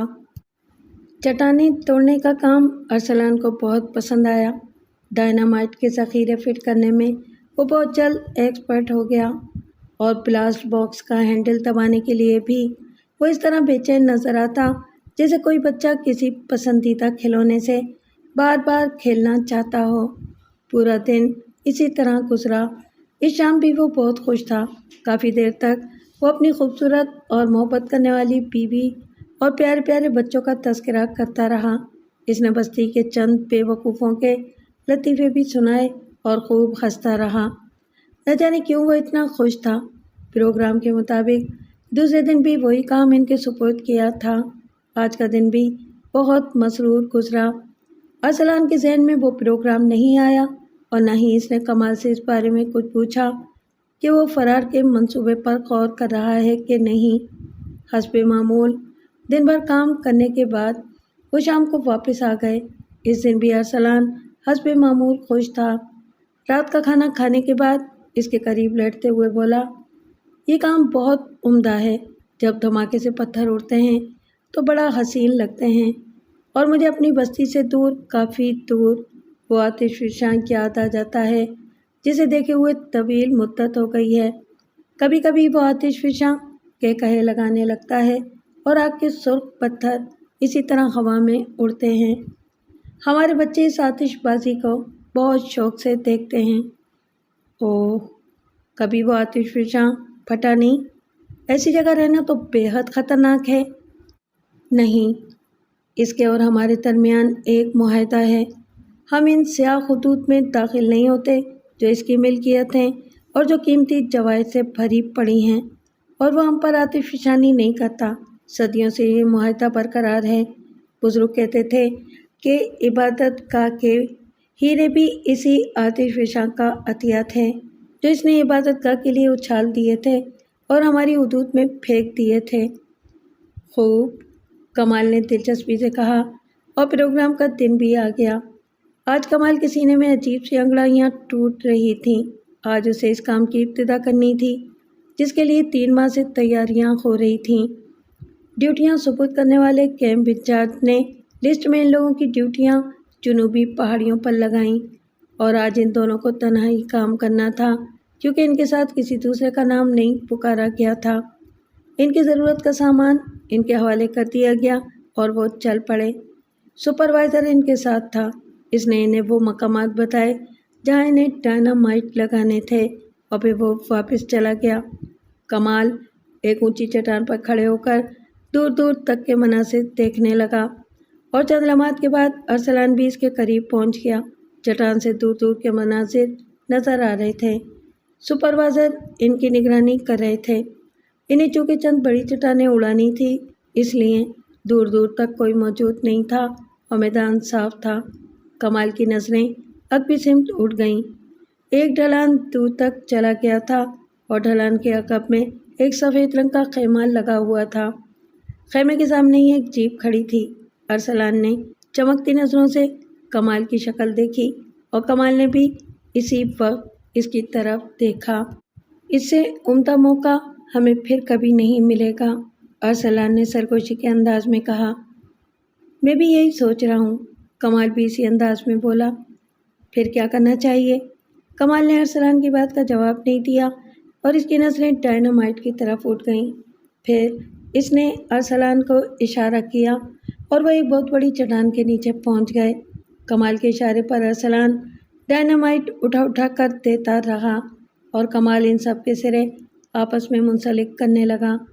حالانکہ ڈائنامائٹ ایک بڑے علاقے میں پھیلانے تھے، لیکن سازش کے تحت انہیں ایک جگہ رکھ دیا، اور اس کام سے فارغ ہو کر کمال ان تاروں کے سرے جوڑنے لگا۔ انہیں ڈائنامائٹ کنٹرول باکس سے منسلک کرنا تھا۔ تار بہت لمبا ہو گیا۔ کمال نے ارسلان کو ڈائنامائٹ باکس اٹھانے کا اشارہ کیا اور پھر تار پھیلاتا ہوا ڈھلوان پر سے دوسری طرف اترنے لگا۔ اس خیمے پر نگاہ رکھنا ارسلان، ممکن ہے کوئی اندر موجود ہو، کمال نے کہا، اور ارسلان نے گردن ہلا دی۔ وہ نیچے اترتے رہے۔ تار کافی لمبا تھا، اس لیے انہیں اسے آخر تک لے جانے میں کوئی دقت نہ ہوئی۔ آخر وہ خیمے اور جیپ سے چند گز کے فاصلے پر رہ گئے۔ یہاں ڈائنامائٹ کنٹرول باکس رکھ دیا گیا اور پھر کمال دبے قدموں خیمے کی طرف بڑھا۔ ارسلان سنسنی خیز انداز میں اسے دیکھنے لگا۔ کمال اچانک خیمے میں داخل ہو گیا اور ارسلان اندر سے کسی کی چیخ کا انتظار کرنے لگا، لیکن ایسی کوئی آواز سنائی نہ دی اور کمال خیمے سے نکل آیا۔ اتفاق سے اندر کوئی نہیں ہے۔ قسمت ہمارا ساتھ دے رہی ہے، اب کیا کیا جائے کمال؟ ارسلان نے پوچھا۔ میں جیپ اسٹارٹ کرتا ہوں، ہم سیدھے چلیں گے اور اس کے بعد فیصلہ کریں گے کہ ہمیں کس طرف جانا چاہیے۔ جو ہی میں جیپ اسٹارٹ کروں تم ہینڈل دبا دینا اور پھر جیپ میں آ بیٹھنا، کمال نے ہدایت دی اور ارسلان نے گردن ہلا دی، اور پھر کمال جیپ پر سوار ہو گیا۔ اس نے انجن اسٹارٹ کیا اور جیپ ریورس کر کے ارسلان کے پاس لے آیا۔ اور دوسرے لمحے ارسلان کے مضبوط ہاتھوں نے کنٹرول باکس کا ہینڈل دبا دیا۔ ایک خوفناک دھماکہ ہوا اور پتھروں کی ایک بلند چادر فضا میں اڑ گئی۔ دھماکے سے پہاڑیاں لرز گئی تھیں اور دور دراز علاقوں میں پھیلے ہوئے قیدی سہم کر پتھروں کے اس طوفان کو دیکھنے لگے تھے، کیونکہ ایسا زبردست دھماکہ ان پہاڑیوں میں کبھی نہیں ہوا تھا۔ ارسلان نے جیپ پر چھلانگ لگا دی اور کمال نے پھرتی سے اسے آگے بڑھا دیا۔ بلا شبہ کمال ایک طوفانی ڈرائیور تھا، حالانکہ اگر وہ چاہتا تو جیپ آہستہ بھی چلا سکتا تھا، لیکن اسے ارسلان کو کسی شبے کا موقع نہیں دینا تھا، اس لیے وہ خوفناک انداز میں جیپ دوڑا رہا تھا اور اسٹیئرنگ پر اس کا پورا کنٹرول تھا۔ حسب پروگرام ابھی تک کسی نے انہیں دیکھا نہیں تھا۔ تقریباً 6-7 میل تک کمال وہی خوفناک ڈرائیونگ کرتا رہا۔ ارسلان کو سنبھل کر بیٹھنے کا موقع بھی نہ مل سکا تھا۔ وہ جیپ کے کچھ حصے پکڑے خود کو اچھل کر گرنے سے روکے ہوئے تھا۔ پھر کمال نے رفتار قدرے سست کر دی اور ارسلان سنبھل کر بیٹھ گیا۔ اس کی آنکھیں خوشی سے چمک رہی تھیں اور چہرہ جوش مسرت سے سرخ تھا۔ کمال چاروں طرف نظریں دوڑا رہا تھا۔ بہت دور ایک کالی سی پٹی نظر آئی اور کمال نے جیپ کا رخ اس طرف کر دیا۔ جیپ اچھلتی کودتی آگے بڑھتی رہی اور تھوڑی دیر کے بعد وہ اس سڑک پر پہنچ گئے۔ دور سے کالی پٹی نظر آ رہی تھی۔ سڑک پر آتے ہی کمال نے جیپ کی رفتار تیز کر دی۔ بظاہر وہ اس طرف جا رہا تھا جیسے صرف کیمپ سے دور نکلنا چاہتا ہو اور کسی رخ کا تعین نہ کر سکا ہو، لیکن اصل میں اسے معلوم تھا کہ سڑک کا رخ عظیم پور کی طرف تھا۔ ایک چھوٹی سی بستی میں داخل ہونے کے بعد انہیں بائیں سمت مڑنا تھا اور وہاں سے وہ عظیم پور پہنچ سکتے تھے۔ جیپ 70-80 میل کے درمیان دوڑتی رہی اور پھر اچانک کمال کی نظریں آسمان کی طرف اٹھ گئیں۔ 2 ہیلی کاپٹر لمبے چکر سے آ رہے تھے۔ ہماری تلاش شروع ہو چکی ہے، کمال نے کہا اور آسمان کی طرف اشارہ کیا۔ ارسلان عجیب سی نظروں سے آسمان کی طرف دیکھنے لگا اور اسے بھی ہیلی کاپٹر نظر آئے۔ اچانک کمال نے جیپ سڑک سے نیچے اتار دی۔ وہ ایک گھنے درخت کے نیچے لے جا رہا تھا اور درخت کے نیچے پہنچ کر اس نے جیپ کا انجن بند کر دیا۔ اب وہ دونوں آسمان کی طرف دیکھ رہے تھے۔ ہیلی کاپٹر سڑک پر آگے آ رہے تھے اور پھر وہ ان کے سروں سے گزر کر آگے بڑھ گئے۔ ہم ان کے واپس جانے تک یہیں رکیں گے تاکہ انہیں اندازہ ہو جائے کہ ہم اس طرف نہیں آئے ہیں، کمال نے کہا۔ مناسب تجویز ہے، ارسلان نے عقیدت سے کہا۔ وہ کمال کی ذہانت سے بے حد متاثر تھا اور اس کی ہر بات پر عمل کر رہا تھا۔ ہیلی کاپٹر بہت دور نکل گئے اور کمال کی نظریں جیپ میں رکھے ہوئے سامان پر پڑیں۔ وہ پچھلے حصے میں آ کر سامان دیکھنے لگا اور پھر اس نے خوشی سے بھرپور لہجے میں کہا، در حقیقت قسمت ہم پر بے حد مہربان ہے۔ دیکھو ارسلان، شاید کوئی افسر اپنے لیے سامان لایا تھا۔ یہ کھانے پینے کا بہترین سامان ہے، یہ پیٹرول کے ٹین، یہ سگریٹ اور شراب کی بوتلیں۔ سگریٹ میں پی لوں گا، کیا تم شراب پسند کرتے ہو؟ نہیں، ہمارے ہاں ایسی چیزوں کا وجود نہیں ہے، ارسلان نے جواب دیا۔ تب یہ ہمارے لیے بیکار ہیں، انہیں پھینک دیا جائے، کمال نے کہا اور شراب کی بوتلیں درخت سے دور پھینک دیں۔ ہمارے پاس ایک لمبے سفر کا بندوبست ہے، کیا یہ معمولی بات ہے؟ بوڑھی ماں کی پیش گوئیاں درست ہوتی ہیں دوست، اسے دل سے تسلیم کرو۔ کیا تمہاری مدد کے بغیر یہ سفر میرے لیے آسان ہوتا؟ میں تو تمہاری یہ گاڑی چلانا بھی نہیں جانتا، البتہ گھوڑے کی سواری میں شاید تمہارے ملک میں ایک بھی میرا ہم پلہ نہ نکل سکے، ارسلان نے کہا۔ چلو مان لیا، اب تو میں بھی تمہاری خارا کی پیشین گوئیوں کا قائل ہوتا جا رہا ہوں، کمال نے مسکراتے ہوئے کہا۔ ارسلان بھی مسکرانے لگا۔ دفعتاً ان کے کانوں میں پھر کسی چیز کی گڑگڑاہٹ گونجی اور کمال غور سے آواز سننے لگا۔ ہیلی کاپٹر واپس آ رہے ہیں، ارسلان بولا۔ نہیں، یہ ہیلی کاپٹر نہیں ہے، کمال بولا اور اس کی نظریں دور دور تک کچھ تلاش کرنے لگیں۔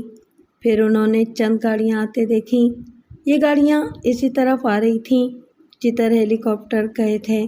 گاڑیاں بھی کافی تیز رفتاری سے آ رہی تھیں اور آن کے آن میں وہ ان کے سامنے سے گزر گئیں۔ ان کے جانے کے تھوڑی دیر بعد ہیلی کاپٹر بھی آئے اور اسی سمت چلے گئے جدھر گاڑیاں گئی تھیں۔ تو وہ لوگ ادھر سے مایوس ہو گئے اور اب سڑک کے دوسری سمت گئے ہیں۔ ہمیں کس طرف چلنا ہے؟ ارسلان نے پوچھا۔ میرے خیال میں اسی طرف آج جدھر جا رہے تھے۔ ویسے بھی اب یہ رخ صاف ہو گیا ہے۔ کسی مناسب جگہ پہنچ کر جب ان کی پہنچ سے دور نکل جائیں گے تو مناسب رخ کا تعین بھی کر لیں گے، کمال نے کہا اور جیپ اسٹارٹ کر کے آگے بڑھا دی۔ سڑک پر پہنچ کر اس نے پھر جیپ کو برق رفتاری سے چھوڑ دیا۔ اس کے دل کو اب مکمل سکون ہو گیا تھا۔ اس سے زیادہ ڈرامے کی ضرورت نہیں تھی۔ ارسلان پوری طرح پرسکون تھا۔ وہ چلتے رہے اور وقت گزرتا رہا۔ جیپ کی ٹنکی فل تھی اور وہ ابھی 10 گنا دور تک چل سکتی تھی۔ دوپہر سے سہ پہر ہو گئی اور سہ پہر کو 3 بجے کے قریب سڑک کے ایک موڑ پر پہنچے اور پھر ایک چوراہے پر جہاں راستوں کی تختیاں لگی ہوئی تھیں۔ کمال نے وہاں رک کر دیکھا اور خوشی سے اچھل پڑا۔ دیکھ رہے ہو ارسلان، کیا بات ہے؟ یہ راستہ عظیم پور کو جاتا ہے اور عظیم پور یہاں سے صرف 20 میل دور ہے۔ ارسلان نے آنکھیں بند کر کے سکون کی گہری گہری سانسیں لیں اور پھر بولا، کیا میں تمہارے کھانے کا بندوبست کروں دوست؟ ہاں، میرا خیال ہے کہ اب ہم چلتے ہیں۔ تم پیچھے چلے جاؤ اور بسکٹ وغیرہ نکال کے مجھے دے دو۔ ٹھیک ہے، ارسلان نے کہا اور کمال نے جیپ پھر آگے بڑھا دی۔ اب وہ عظیم پور کے راستے پر تھے اور کمال سست رفتاری سے جیپ چلا رہا تھا۔ خشک ڈبے کے گوشت کے نمکین پارچے ڈبل روٹی کے اندر رکھ کر ارسلان نے سینڈوچ بنائے اور کمال کی طرف بڑھا دیے۔ کمال ڈرائیونگ کرتے ہوئے کھاتا رہا۔ ارسلان بھی کھانے میں مصروف تھا۔ تھوڑی دیر کے بعد وہ ایک چھوٹی سی بستی کے نزدیک سے گزرے۔ ارسلان دیکھ نہیں سکا تھا، لیکن کمال نے ایک ہاتھ اونچا کر کے کوئی پراسرار سگنل دیا تھا اور ایک مکان کی آڑ میں کھڑا ہوا ایک آدمی مکان کے عقب میں دوڑتا چلا گیا تھا۔ جیپ بدستور دوڑتی رہی اور پھر دور سے عظیم پور نظر آنے لگا۔ کمال اطمینان سے جیپ دوڑا رہا تھا۔ عظیم پور سے کچھ دور اس نے جیپ روک دی اور اسے سڑک سے اتار دیا۔ ارسلان اسے دیکھتا رہا۔ ہم یہاں دوسرے کپڑوں کا بندوبست تو نہیں کر سکتے، لیکن کم از کم یہ بیڑیاں کاٹ سکتے ہیں۔ جنگل میں داخل ہونے سے پہلے ہمیں آزاد ہونا چاہیے۔ مگر بیڑیاں کیسے کاٹو گے؟ سامنے پڑے ہوئے پتھر دیکھ رہے ہو؟ کمال نے کہا اور جیپ سے نیچے اتر گیا۔ پھر 2 مضبوط پتھر اٹھا لایا۔ اس نے ایک پتھر کنارے کی طرف سے رکھا اور دوسرا دونوں ہاتھوں میں لے لیا۔ لیٹ جاؤ ارسلان، اس نے کہا اور ارسلان لیٹ گیا۔ اس طرح بیڑیوں کی زنجیر ڈھیلی ہو گئی اور کمال نے اسے پتھر پر رکھ لیا۔ زنجیر معمولی نہیں تھی، لیکن کمال کے ہاتھ مشینی انداز میں مضبوط لوہے پر پتھر برساتے رہے۔ پہلے تو لوہے پر اثر بھی نہ ہوا، لیکن آدھے گھنٹے کی شدید محنت کے بعد پہلے وہ چپٹا ہوا، پھر پتلا ہونے لگا اور آخر میں وہ زنجیر کڑے کے پاس سے ٹوٹ گئی۔ اب صرف کڑا اس کے پیروں میں پڑا رہ گیا تھا۔ انتہائی محنت سے کمال نے ارسلان کے پیروں کی دوسری زنجیر توڑی اور اب ارسلان کی باری تھی۔ ارسلان جوشی بلا شک کمال سے کہیں زیادہ جفاکش اور طاقتور تھا۔ کمال اس کے بازوؤں کی پھڑکتی ہوئی مچھلیوں کو دیکھتا رہا۔ وہ دل ہی دل میں ان سے متاثر ہوئے بغیر نہ رہ سکا اور پھر وہ بھی زنجیروں کی قید سے آزاد ہو گیا۔ پیروں میں پڑے ہوئے کڑے بغیر چابی کے کھل نہیں سکتے تھے۔ انہیں کاٹنا بھی مشکل تھا۔ اس کے علاوہ وہ کوئی خاص تکلیف دہ بھی نہیں تھے، اس لیے انہیں کھولنے کی کوشش نہ کی گئی اور صرف زنجیر اتار دی گئی۔ اس کام میں 2 گھنٹے کے قریب لگ گئے تھے۔ سورج کی تپش ختم ہو گئی تھی اور اب وہ زمین میں داخل ہونے کے لیے بے چین تھا، اور وہ دونوں پھر چل پڑے اور عظیم پور پہنچتے پہنچتے شام ہو گئی۔ یہاں سے تم راہ کا تعین کر سکتے ہو ارسلان۔ میرا خیال ہے کہ ہم عظیم پور سے بچتے ہوئے چلیں، البتہ اگر تم صحیح راستہ تلاش نہ کر سکو تو پھر وہاں چلے بغیر چارہ نہیں ہے۔ وہ دور محلنما کھنڈر کا ایک گنبد نظر آ رہا تھا۔ ہمیں اس گنبد کے مغربی حصے کی طرف چلنا ہے، ارسلان نے بتایا۔ اوہ، تو وہ تاریخی کھنڈر ہے جہاں تمہیں تمہارا کھویا ہوا خزانہ ملا تھا؟ ہاں، ٹھیک ہے، ہم آگے جا کر صحیح سمت کا تعین کریں گے، کمال نے کہا اور جیپ آگے بڑھا دی۔ شام تیزی سے جھک رہی تھی۔ جنگل کے سرے پہ پہنچتے پہنچتے رات ہو گئی اور ایک مناسب جگہ کمال نے جیپ روک لی۔ ہم خطرے سے نکل آئے ہیں، کیوں نہ اب یہ سفر کل پر ملتوی کیا جائے؟ اگر رات کو ہم نے آرام کر لیا تو صبح تازہ دم ہو جائیں گے۔ بالکل مناسب خیال ہے، ارسلان نے تائید کی۔ اب ایک گھنے درخت کے نیچے انہوں نے جیپ کھڑی کر دی۔ کمال جیپ سے نیچے اتر آیا اور زمین پر چت لیٹ کر گہری سانس لینے لگا۔ بلا شبہ آج اس نے دنیا کی بہترین ڈرائیونگ کی تھی۔ ارسلان کسی غلام کی طرح اس کے لیے کھانا تیار کرنے لگا۔ ضروریات کی تمام چیزیں موجود تھیں۔ ارسلان نے بہترین کھانا تیار کر لیا اور پھر جب اس نے کھانا کمال کے سامنے رکھا تو کمال اس کا شکریہ ادا کیے بغیر نہ رہ سکا۔ شکریہ؟ شکریہ کیسا دوست؟ تم میرے محسن ہو۔ یہ حقیقت ہے کہ تمہارے بغیر میں ایک قدم بھی نہ چل سکتا تھا۔ کاش میں تمہارے احسانات کا بدلہ دے سکتا، ارسلان نے بھرائی ہوئی آواز میں کہا اور کمال کا دل ڈوبنے لگا۔ یہ عجیب انسان حالات سے کس قدر ناواقف ہے، اسے دھوکہ دیتے ہوئے کیسا عجیب سا لگتا ہے۔ کاش میں اس کے ساتھ مخلص ہوتا اور در حقیقت اس کے لیے کچھ کر رہا ہوتا، لیکن پھر اس نے فوراً ہی دل سے یہ خیال نکال دیا۔ ارسلان نہ جانے کون ہے، معلوم نہیں اس کی کہانی میں کہاں تک صداقت ہے۔ ممکن ہے کہ وہ اس سے فراڈ کر رہا ہو اور اس نے اپنی کہانی صرف خزانہ ہتھیانے کے لیے گھڑی ہو۔ ایسی شکل میں کمال اگر اس پر رحم کھائے تو اس سے بیوقوف شخص اور کون ہوگا؟ اس کے ملک نے اس پر مکمل اعتماد کیا تھا اور اس پورے کیس کا انچارج اسے بنا دیا تھا۔ وہ اپنے ملک، اپنی حکومت سے دھوکہ نہیں کر سکتا تھا۔ چنانچہ اس نے دل سے ارسلان کی ہمدردی کے تاثرات نکال دیے اور خاموشی سے کھانا کھاتا رہا۔ کھانے کے بعد دونوں زمین پر لیٹے ہوئے کافی دیر تک گفتگو کرتے رہے اور پھر ارسلان کے خراٹے گونجنے لگے۔ کمال کافی دیر تک انتظار کرتا رہا۔ پھر جب اسے یقین ہو گیا کہ ارسلان گہری نیند سو گیا ہے تو آہستہ سے اٹھ گیا۔ اس نے جیپ کے نزدیک پہنچ کر ایک پوشیدہ جگہ سے ننھا سا ٹرانسمیٹر اور پستول نکالا۔ پستول اسی جگہ واپس رکھ دیا اور ٹرانسمیٹر لے کر آگے بڑھ گیا۔ پھر وہ ایک ایسی جگہ رک گیا جہاں سے ارسلان صاف نظر آ رہا تھا۔ ارسلان گہری نیند سو رہا تھا، چنانچہ اس نے ٹرانسمیٹر آن کیا اور کسی کو کال کرنے لگا۔ چند لمحات کے بعد دوسری طرف سے آواز آئی۔ ہاں، ہم بول رہے ہیں مسٹر کمال، ابھی تک کام مناسب انداز میں ہو رہا ہے، آپ لوگوں کو کسی قسم کی دقت تو نہیں ہوئی؟ بالکل نہیں مسٹر کمال، سب ٹھیک ہے۔ ویسے آپ لوگ تو تعاقب کا اندازہ نہیں لگا سکے؟ نہیں، آپ خود کو حیرت انگیز طور سے پوشیدہ رکھے ہوئے ہیں۔ میری طرف سے اس بہترین تعاقب پر مبارکباد قبول کریں۔ آپ ہم سے کتنی دور ہیں؟ صرف 2 فلنگ کے فاصلے پر ایک طاقتور دوربین سے آپ کو بدستور دیکھا جا رہا ہے۔ اس وقت ہم آپ کی شکل تو نہیں دیکھ سکتے، لیکن یہ معلوم ہے کہ ارسلان سو رہا ہے اور آپ ایک درخت کی پشت سے ٹیک لگائے کھڑے ہیں۔ بہت عمدہ، آپ لوگ کل اسی مستعدی سے کام کریں، کامیابی دور نہیں ہے۔ آپ مطمئن رہیں مسٹر کمال۔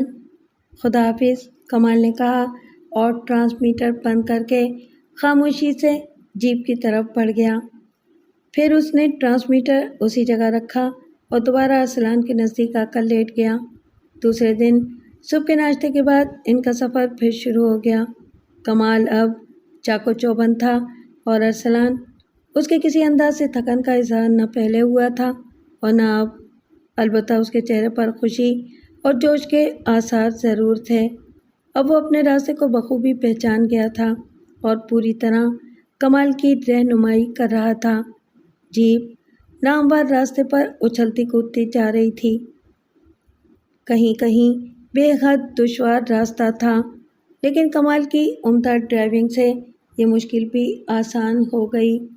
دوپہر تک وہ جنگل عبور کر کے چٹانی علاقے تک پہنچ گئے۔ اب دور سے ایک عظیم الشان آبشار نظر آ رہا تھا۔ کمال نے اس طوفانی آبشار کے متعلق صرف سنا تھا، کیونکہ اس پہاڑی علاقے تک کا راستہ آسان نہیں تھا، اس لیے عام لوگ اس طرف نہیں آ سکتے تھے۔ ارسلان اسی آبشار کی طرف رہنمائی کر رہا تھا اور تھوڑی دیر کے بعد وہ آبشار کے قریب پہنچ گئے اور ارسلان نے کہا کہ اس طویل آبشار والی پہاڑی سے گھوم کر آبشار کے عقب میں پہنچنا ہے۔ سفر کا یہ حصہ بھی طے ہو گیا اور تقریباً 3 بجے تک وہ آبشار کے عقب میں پہنچ گئے۔ ہم اپنی منزل پر پہنچ گئے دوست، میں تمہاری عنایتوں کا کس دل سے شکریہ ادا کروں، ارسلان نے لرزتی ہوئی آواز میں کہا۔ مجھے خوشی ہے کہ میں تمہارے کسی کام آ سکا، کمال بولا۔ خزانہ یہیں کہیں موجود ہے؟ ہاں میرے دوست، تم سامنے اس غار کا دہانہ دیکھ رہے ہو، اس غار میں نے خزانہ پوشیدہ کر دیا ہے، ارسلان نے جواب دیا۔ بہت خوب، بہرحال میری طرف سے مبارکباد قبول کرو میرے دوست۔ اب تمہارا کیا پروگرام ہے؟ ہم خزانہ حاصل کریں گے اور پھر میں بوڑھی ہارا کے کہنے کے مطابق اس کا ایک حصہ، یعنی وہ ہیرے جو عبادت گاہ میں نصب نہ تھے بلکہ انہیں روشنی کے لیے مختلف جگہوں پر رکھ دیا گیا تھا، تمہیں دے دوں گا۔ یہ جیپ تمہارے پاس رہے گی اور میں اپنی منزل پر روانہ ہو جاؤں گا۔ مگر تم باقی سفر کیسے طے کرو گے؟ عظیم قوتیں میرے ساتھ ہیں، میں عبادت گاہ کا خزانہ لے جاؤں گا۔ ہر منزل آسان ہوگی، میری فکر مت کرو۔ آبشار کا پانی کس طرف بہتا ہے؟ اچانک کمال نے پوچھا۔ وہ سامنے، یقین کرو بے نظیر ہے۔ کیا تم پینا پسند کرو گے؟ ضرور، اگر تم چند منٹ کی اجازت دو، میں پیٹ میں گرانی محسوس کر رہا ہوں۔ اوہ ضرور، میں جیپ میں تمہارا انتظار کر رہا ہوں، ارسلان نے کہا اور پشت سے ٹیک لگا کر بیٹھ گیا۔ کمال ایک چٹان کی آڑ میں پہنچ گیا اور پھر اس نے عجلت سے جیب سے ٹرانسمیٹر نکالا، جسے وہ چالاکی سے جیب کے خفیہ خانے سے نکال کے ساتھ لے آیا تھا۔ ٹرانسمیٹر آن کر کے اس نے اسے منہ کے قریب کر لیا۔ ہیلو، ہم آپ کے قریب ہیں مسٹر کمال، کوئی خاص بات؟ دوسری طرف سے آواز آئی اور کمال کا دل خوشی سے اچھل پڑا۔ ہم منزل پر آ گئے ہیں، آپ آبشار کی دوسری طرف پہنچ چکے ہیں؟ جی ہاں، ہمارا فاصلہ آپ سے نصف فرلانگ ہے، ہم نے یہ فاصلہ برقرار رکھا ہے۔ بخدا آج سے پہلے کوئی مشن اس قدر شاندار طریقے سے کامیاب نہ ہوا ہوگا۔ میں آپ لوگوں کو خلوص دل سے مبارکباد دیتا ہوں۔ بہرحال ہماری جیپ کے سامنے ایک غار کا دہانہ ہے، ارسلان کے کہنے کے مطابق خزانہ اس غار میں پوشیدہ ہے۔ تھوڑی دیر کے بعد ہم اس غار میں داخل ہوں گے اور آپ لوگ بھی اس کے دہانے پر پہنچ جائیں۔ میں نہیں جانتا کہ غار کی پوزیشن کیا ہے، بہرحال یہ آخری اہم کام ہے، اس کے لیے آپ ہوشیار رہیں۔ میں مخصوص سیٹی بجاؤں گا اور آپ فوراً آ جائیں۔ بہت بہتر، دوسری طرف سے آواز آئی اور کمال نے ٹرانسمیٹر بند کر دیا۔ پھر مزید چند منٹ صرف کر کے وہ ارسلان کے قریب پہنچ گیا۔ ارسلان حسب دستور اس کا انتظار کر رہا تھا۔ چلو دوست، ہم اپنا کام شروع کر دیں، کمال نے نیفے میں اڑتے ہوئے پستول کو محسوس کرتے ہوئے کہا اور ارسلان جیپ سے اتر آیا۔ پھر وہ غار کی طرف اس طرف بڑھنے لگے۔ غار کافی کشادہ تھا اور دور تک چلا گیا تھا۔ اس صاف ستھرے غار کو دیکھ کر کمال کو حیرت ہوئی۔ پہلے یہ غار نیچے کی طرف تھا اور پھر بتدریج بلند ہوتا گیا تھا۔ وہ بلندی پر چڑھتے رہے اور فاصلہ بہت کافی تھا، لیکن غار میں گھٹن نہیں تھی، کیونکہ اس کے اوپری سرے پر ایک اور دہانہ موجود تھا جو آسمان کی طرف کھلتا تھا۔ دہانے کے برابر ایک چوڑی چٹان پلیٹ فارم کی طرح پھیلی ہوئی تھی اور غار کا یہ حصہ کافی روشن تھا۔ ارسلان اسی پلیٹ فارم کی طرف بڑھ رہا تھا اور پھر وہ دوسرے دہانے کے قریب پہنچ گئے۔ اوپر پہنچ کر ارسلان گہرے گہرے سانس لینے لگا اور کمال بے چین نظروں سے اسے دیکھنے لگا۔ یہ تو ہم پہاڑی کے اوپر آ گئے ہیں، وہ دوسری طرف شاید آبشار ہے، اس نے کہا۔ ہاں، ارسلان نے آہستہ سے کہا، پھر بولا، چند منٹ آرام کر لو، وہ ابری ہوئی نوکیلی چٹان دیکھ رہے ہو؟ اس نے پلیٹ فارم کے مخالف سمت اشارہ کر کے کہا، اور کمال چٹان کو دیکھنے لگا۔ ہاں، خزانہ اسی چٹان کے پیچھے ہے، ہم ابھی ادھر چلیں گے اور پھر میرے دوست میں شکریہ ادا کر کے تمہارا حصہ تمہارے حوالے کر دوں گا، ارسلان نے خلوص سے کہا۔ کمال اس کی شکل دیکھ رہا تھا، اور جب اسے اطمینان ہو گیا کہ ارسلان درست کہہ رہا ہے تو اس نے اطمینان سے نیفے سے پستول نکال لیا اور اس کا رخ ارسلان کی پیشانی کی طرف کرتے ہوئے بولا، مجھے افسوس ہے ارسلان، ہماری دوستی اسی جگہ تک تھی اور اب میں اپنا فرض انجام دینے پر مجبور ہوں۔ میں جانتا ہوں کہ تم بہت سخت جان ہو، لیکن پستول کی گولی تمہارے بھیجے کے پرخ سے اڑا سکتی ہے، اس لیے کوئی حرکت نہ کرنا۔ ارسلان عجیب سی نظروں سے اسے دیکھ رہا تھا، اس کی آنکھوں میں غم کے تاثرات تھے۔ تو کیا تمہاری نیت بھی اس خزانے پر خراب ہو گئی ہے؟ اس نے ڈوبتے ہوئے لہجے میں پوچھا۔ خدا جانتا ہے دوست، اگر بات صرف خزانے کی ہوتی تو میں تمہاری دوستی قبول کرتا اور خزانے پر لعنت بھیج دیتا، لیکن میں اپنے فرض سے مجبور ہوں۔ میں حکومت کا جاسوس ہوں، حکومت تشدد کے ذریعے تم سے خزانے کا راز اگلوانے میں ناکام ہو گئی تو اس نے تمہارا کیس میرے سپرد کر دیا۔ پھر میں ایک قیدی کی حیثیت سے تمہارے سامنے آیا، تمہاری توجہ حاصل کرنے کی کوشش کی اور آخر میں تمہارا اعتماد حاصل کرنے میں کامیاب ہو گیا۔ میں شرمندہ ہوں دوست کہ تم جیسے آدمی کو احمق بنانے کا فرض میرے سپرد کیا گیا۔ میں اپنے فرض سے شرمندہ نہیں ہو سکتا، مجھے معاف کر دینا، میں بالکل مجبور ہوں۔ گویا اب تک جو کچھ ہوا ایک ڈرامہ تھا، ارسلان نے ٹھہرے ہوئے لہجے میں کہا۔ ہاں، صرف ڈرامہ۔ خیر، جو کچھ ہوا خدا کی مرضی سے ہوا، مجھے ہرا کی پیشین گوئی پر اب بھی بھروسہ ہے، دیکھنا یہ ہے کہ اب کیا ہوتا ہے، عبادت گاہ کی روشنی کیسے اس تک پہنچے گی۔ اب تم کیا چاہتے ہو؟ ارسلان نے پوچھا۔ میں تمہارے ہاتھ باندھنا چاہتا ہوں، میرے پاس رسی موجود ہے، کیا تم میری مدد کرو گے؟ کمال نے پوچھا، اور ارسلان نے دونوں ہاتھ آگے بڑھا دیے۔ کمال نے وہ رسی نکالی جسے وہ بظاہر غار میں استعمال کرنے کے لیے لایا تھا، لیکن اس کا مقصد کچھ اور تھا، اور پھر اس نے نہایت ہوشیاری سے ارسلان کے دونوں ہاتھ رسی سے کس دیے۔ اس کا دل خون کے آنسو رو رہا تھا۔ ارسلان کے چہرے کی سنجیدگی اسے اور شرمندہ کر رہی تھی، لیکن اسے یہ کام بہرحال انجام دینا تھا۔ اسے خزانہ حاصل کرنے کے ساتھ ساتھ قاتل ارسلان کو بھی حکومت کے حوالے کرنا تھا۔ ارسلان کے ہاتھ کسنے کے بعد اس نے ٹرانسمیٹر نکالا اور اپنے ساتھیوں کو اندر آنے کی ہدایات دینے لگا۔ چند لمحات کے بعد غار دوڑتے ہوئے قدموں کی آوازوں سے گونجنے لگا، اور پھر 12 آدمی ارسلان اور کمال کے سامنے پہنچ گئے۔ ہم خزانہ حاصل کر چکے ہیں دوستو، ہم نے قاتل ارسلان کو بھی گرفتار کر لیا ہے، خزانہ نکال لو، کمال نے کہا۔ خزانہ کہاں ہے مسٹر کمال؟ ایک آدمی نے پوچھا۔ اس نوکدار چٹان کے پیچھے، تم لوگ چٹان ہٹا کر احتیاط سے خزانے کا باکس نکال لو، کمال نے حکم دیا، اور سب نوکدار چٹان کی طرف بڑھ گئے۔ چٹان اس جگہ سے کافی نیچے تھی جہاں پر لوگ کھڑے تھے۔ کمال نہ صرف ان لوگوں کو دیکھ رہا تھا بلکہ وہ ارسلان کی طرف سے بھی پوری طرح چوکنا تھا۔ ہرچند ارسلان نے شکست تسلیم کر لی تھی، لیکن وہ اس شکست کو فتح میں بدلنے کی کوشش بھی کر سکتا تھا۔ کمال کے ساتھی نوکدار چٹان کو کھینچنے لگے۔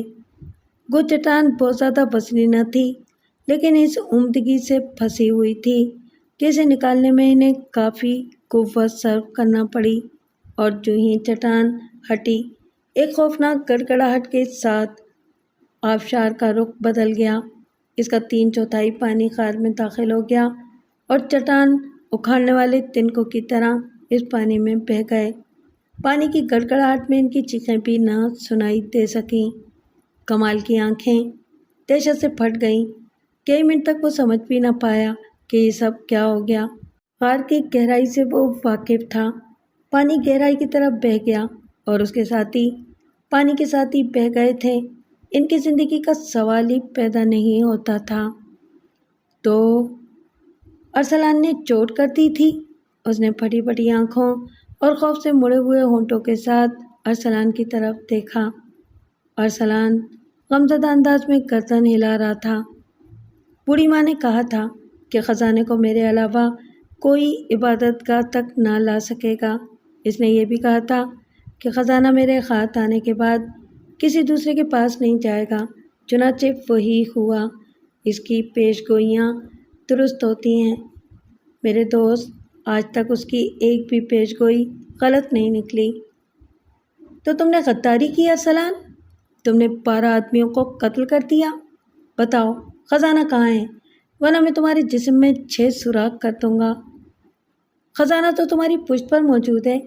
کمال اپنے پیچھے دیکھو، ارسلان نے کہا اور کمال کے ہونٹوں پر ایک خونخوار مسکراہٹ پھیل گئی۔ میں پیچھے دیکھوں اور تم لات مار کر مجھے بھی اس غار میں گرا دو؟ کیوں؟ اس نے کہا اور اچھل کر پیچھے ہٹ گیا۔ ہم جسے دوست کہتے ہیں اس کے ساتھ دغا نہیں کرتے، ارسلان نے کہا۔ خیر خیر، میں پیچھے بھی دیکھتا ہوں، کمال نے کہا اور ارسلان سے کافی پیچھے ہٹ کر پستول کا رخ ارسلان کی طرف کیے ہوئے اس کی بتائی ہوئی جگہ پر دیکھا۔ پلیٹ فارم نما چٹان کے پیچھے بنی ہوئی جگہ میں صندوق صاف نظر آ رہا تھا جس کے اندر سے کرنیں جھلک رہی تھیں۔ کمال ایک بار پھر حیران رہ گیا، لیکن یکایک وہ چونک پڑا۔ اس نے ارسلان کو دیکھا جس کا چہرہ سرخ ہو گیا تھا اور پھر اس کے ہاتھوں پر بندھی ہوئی رسیاں تڑ تڑ کر کے ٹوٹ گئیں اور وہ کلائیوں پر پڑ جانے والے نشان مسلنے لگا۔ پھر اس نے اسی سنجیدگی سے کمال کی طرف دیکھا اور بولا، میں نے یہ خزانہ بڑی احتیاط سے چھپایا تھا کمال، اور کسی بھی وقت کے لیے یہ انتظام بھی کر لیا تھا۔ میرا خیال تھا کہ اگر میں تمہاری حکومت کی گرفت میں آ گیا اور ان لوگوں نے مجھ سے اس کا پتہ معلوم کر ہی لیا تو میں انہیں یہاں تک لاؤں گا، پھر وہ سب بھی اسی آبشار کی نظر ہو جاتے۔ وہی ہوا جس کا مجھے اندیشہ تھا۔ بوڑھی ماں نے کہا تھا کہ خزانہ صرف میں لا سکتا ہوں۔ اس نے مجھے کچھ ہدایات بھی دی تھیں۔ اس نے کہا تھا کہ ایک بھورے بالوں اور سیاہ آنکھوں والا میری مدد کرے گا، لیکن اس کا دل صاف نہ ہوگا۔ اس کی طرف سے ہوشیار رہنا۔ چنانچہ میں تمہاری طرف سے پوری طرح ہوشیار ہوں۔ تم مجھے ملے، تم نے میرے اوپر احسان کیا اور میں پہچان گیا کہ تم وہی ہو جس کے بارے میں اس نے کہا تھا۔ تم میرے ہمدرد تھے، مگر میں نے تمہارے اوپر نگاہ رکھی۔ پھر میں نے تمہیں آلے پر بات چیت کرتے دیکھا۔ مجھے تمہارے پروگرام کا پتہ چل گیا تھا۔ مجھے علم تھا تیسرے دن ہم پہاڑیاں توڑنے جائیں گے، وہاں تم اور میں ہم سب کو چکمہ دے کر نکل جائیں گے۔ ہمیں وہاں جیپ تیار ملے گی۔ مجھے افسوس ہے میرے دوست، میں نے قدم قدم پر تمہاری نگرانی کی ہے۔ میں یہ بھی دیکھتا رہا کہ تمہارے آدمی بدستور ہمارا تعاقب کر رہے ہیں۔ میں نے اپنی تلاش کا ڈرامہ بھی دیکھا اور جیپ کے خفیہ خانے میں یہ پستول بھی دیکھا، اور پھر میں نے تمہیں آخری موقع بھی دیا کہ تم اپنے دوستوں سے بات کر رہے تھے۔ میں جاگ رہا تھا اور جب تم آ کر سو گئے تو میں نے تمہارا پستول خالی کر دیا۔ میں بخوشی تمہارے ہاتھوں سے مرنا پسند کر لیتا، لیکن عبادت گاہ کی روشنی صرف میں واپس لے جا سکتا ہوں، اس لیے مجھے زندہ رہنا ہے۔ کمال نے چونک کر پستول دیکھا اور پھر اس نے ارسلان کی طرف رک کر کے ٹریگر دبا دیا، لیکن ارسلان نے درست ہی کہا تھا، پستول خالی تھا۔ میں یہ خزانہ واپس لے جاؤں گا دوست، اجازت دو، ارسلان بولا۔ لیکن اسی وقت کمال کسی بھوکے درندے کی طرح ارسلان پر ٹوٹ پڑا۔ وہ ایک دیو ہیکل انسان تھا، لیکن ارسلان سے ٹکرا کر اسے ایسا ہی لگا تھا جیسے وہ کسی چٹان سے آ ٹکرایا ہو۔ اس کی انتہائی کوشش تھی کہ کسی طرح ارسلان کو بھی اس غار میں پھینک دے جو اب منہ تک پانی سے بھرا ہوا تھا، لیکن پوری قوت صرف کرنے کے بعد بھی وہ ارسلان کو اپنی جگہ سے کھسکا بھی نہ سکا۔ مجھے غم ہے کہ مجھے اپنی قوت اپنے دوست پر صرف کرنی پڑ رہی ہے، ارسلان نے غمزدہ لہجے میں کہا، اور پھر اس نے ایک ہاتھ بلند کر کے کمال کی گدی پر رسید کر دیا۔ کمال کو ایسے ہی محسوس ہوا جیسے اس کی گردن کی ہڈی ٹوٹ گئی ہو اور اس کا ذہن تاریکی میں ڈوب گیا۔ پھر جب اسے دوبارہ ہوش آیا تو سر پر دھوپ چلچلا رہی تھی، کچھ مردہ خور پرندے اس پر چکرا رہے تھے۔ مکمل ہوش آتے ہی وہ بوکھلائے ہوئے انداز میں اٹھ بیٹھا۔ وہ اپنی جیپ میں پڑا تھا اور سامنے ہی چند ہیرے جگمگا رہے تھے۔ ہیروں کے درمیان ایک کاغذ پڑا تھا۔ ارسلان نے کاغذ اٹھا لیا۔ کسی رنگین پتھر سے ایک تحریر لکھی گئی تھی، خدا حافظ دوست، ہارا کی پیشگوئی کبھی غلط نہیں ہوئی۔ تمہاری مدد سے میں خزانہ حاصل کر کے واپس جا رہا ہوں۔ اس نے کہا تھا کہ تمہیں تمہارا حصہ ضرور دے دیا جائے، سو وہ تمہارے سامنے موجود ہے۔ امید ہے کہ اپنے مجبور دوست کو معاف کر دو گے۔ ارسلان جوشی۔